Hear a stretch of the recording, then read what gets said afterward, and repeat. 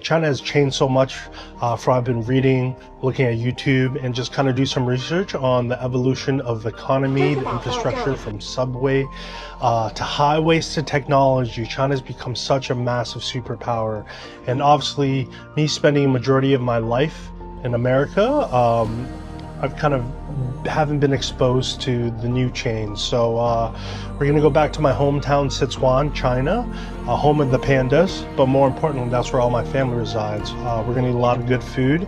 I'm gonna bring you on the journey with me, and more importantly, I'm gonna kind of show you China through my eyes as American, but more importantly, having family in China. Let's go.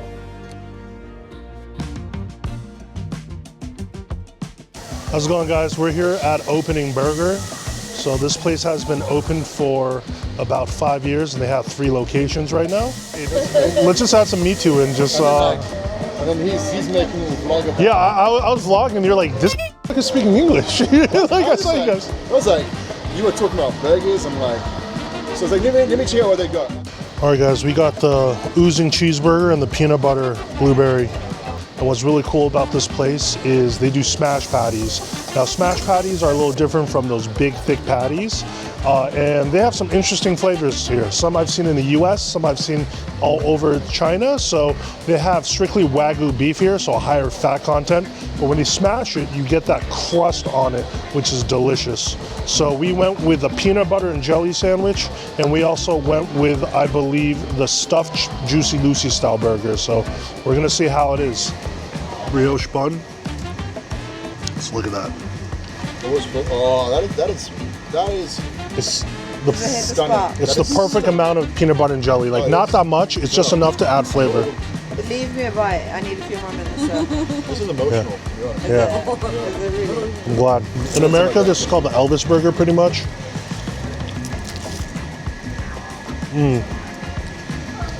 What I love about this burger, not too much peanut butter, not too much jelly. It's the perfect amount.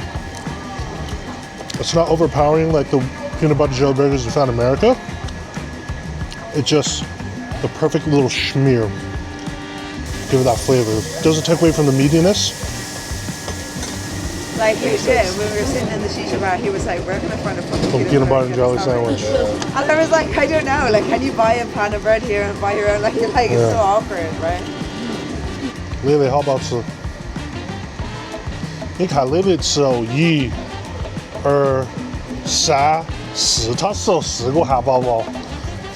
我在开玩笑，我吃了4个。第一次吃那个花生酱在上面的。这就是那种脆的。啊。你吃过没有？我吃过，在美国有很多这种。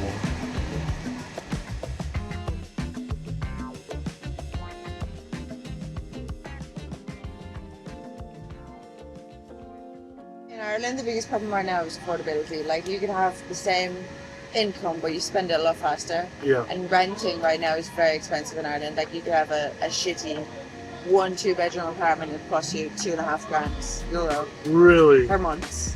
Dublin is the most expensive. Yeah, I'm from Dublin. You So get like a 4 or 5 bedroom penthouse in China for less than that. yeah. My apartment is like, so I've got 2 floors. Yeah. I've got like 2.5 bedrooms. Like a half bedroom with tons of storage downstairs, full bathroom on the right. Yeah, it's like a weird studio loft, but it's nice. Like the lounge is why I like it. It's got open roof. Yeah. Then a kitchen, nice sized kitchen, place to hang my clothes outside, small Yeah, it's space. like a little Harry Potter door as well. Oh, nice. Like Narnia thing. It's like an extra balcony. It's weird. Lord of the Rings little. Proper, like it's like Keeps one under there, but also got space in the stairs, lots of storage very high-paced upstairs, children. spare bedroom, another bathroom, then my main bedroom, which is good space, and all that's like $290 a month. 80, like, wait, 280 RMB or $290 a month. ours, US, So it's 2,300 RMB. What's it in R&B? so that's like 2,000, 3,000 RMB. 2,300, yeah. And I could have got it cheaper, like if I hadn't re-signed faster. And that's fully furnished as well, man. Yeah, that's insane. Yeah. That was $24. So Asia is crazy. no one really carries wallets. Everyone either uses WeChat Pay or Alipay, so it's very convenient.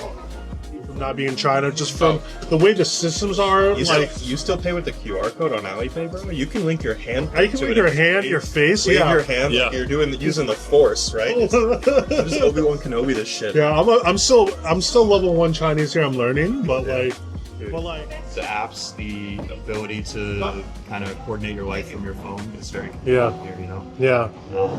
There's a lot of easy, fun life stuff like that. That's just. It is good. It's a good quality of life as well. It is for a lot less you can do a lot more, like stretches. Yeah.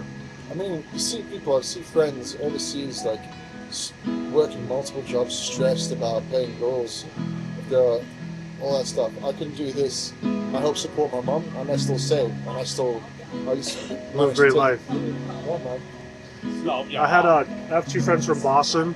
One's a Western white guy, pretty much, like, just to be frank, and he's a bartender here, a gin bar. And I've known him for 10 years, but he's been here for 3 years. He's like, I'm never moving anywhere else. I think people here are super friendly. Very chill city, you know. I was in Hong Kong before this, and it's a working city. Everyone in Hong Kong is busy, hustling. Chengdu is like a living city. Everyone here is relaxing, enjoying their life. It's easy to make friends. It's easy to meet people. Food's amazing. The weather's hot. The weather's rough. That's probably the hardest part. But it's really good for me. Yeah, it's so hot recently. Yeah. I always really love Southwest China. Yeah. This area's been where I vibe. So yeah, for me, it's good. People here are like, I work so I can afford to live my life, but work is not my life. Yes. And in other places, people are like, oh, work is my life. That's Guangzhou. Yeah, that's literally Canton. That's every other part of China. Beijing, Shanghai. Oh, especially in the major cities, I think it's one of the Southwest is laid back. Like Yunnan, Guizhou, Chongqing, Chengdu, and Chengdu's kind of like the Texas or Cali. Where it's like the chill, man. Work to get enough to enjoy your life, but don't. There's that thing local, like people in China say, don't move to Chengdu if you're a young person, because you'll lose your motivation, grinding mindset, and you'll just kind of chill and live a comfortable short life, but you won't become rich and super successful because you will become complacent, basically. Yeah. There's like a known thing with Chengdu, which to me sounds pretty weird, actually. The other thing is I think there's like a duty to care for people in the government here. Here, the most efficient way to clean a street is to just have a machine drive through and sweep the street and spray it down, right? Yeah. And they'll do that on big streets here, but a lot of smaller streets, there'll be little like people with a broom and a leaf blower or whatever and a high-vis vest doing it. And I was always like, why are they hiring people to do that when they could have a machine do it? And then it's always like, oh, the actual reason is to give people more jobs, create employment for people, right? If you think about it too, it's like, well, like they have to pay for a car. They also have to pay for the truck. They have to pay for the gas and everything. So it's like, well, is it labor's cheap? Labor's cheaper in comes to Einstein. It comes to territory. And it's good for the economy. But how many homeless people you guys seen since you came to Chengdu? None. 22 million people. You see maybe one homeless person a month here. Talking about those people who are getting the job to sweep up the street with a little wicker broom. Yeah. They would probably just be on welfare. They'd probably just be given, a check. In other places, but here they're like, oh no, we're not going to just give you money because you won't take it. We're going to give you a job and pay you a paycheck. We don't really need you to do this job. We're just doing it to create the job and give you the sense of achievement and accomplishment and that you earned the money you get. Yeah. Taking care of that issue. Also not just that, but I think there's a sense of pride here where it's like there's no one begging for cash. It's always someone like, hey, it's at least an exchange of something for something. Yeah. Where some people feel value to get it. Yeah. 每天晚上在这儿住酒啊？我每天边在这儿摆摊边学习。啊，真的？对，每天学了差不多很多杯酒。啊，很好很好。你们那里每天这儿能买好多个杯啊酒？我一般我自己调的话，一天大概调的杯数是10几杯、20杯左右吧。20，你别人会在这儿喝20杯，差不多。会在这儿喝20杯左右。啊，那还好。因为20杯差不多。Yeah. 40块钱一杯。$40. 20.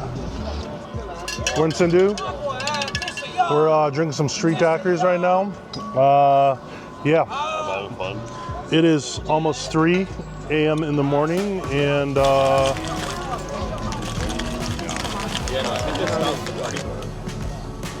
但是这个 daiquiri 很好说。调酒差不多28天左右。 28天。对。这是你你每天晚上在这儿煮酒啊？我每天边在这儿摆摊边学习。啊，真的。对，每天学了差不多很多杯酒。啊，很好，很好。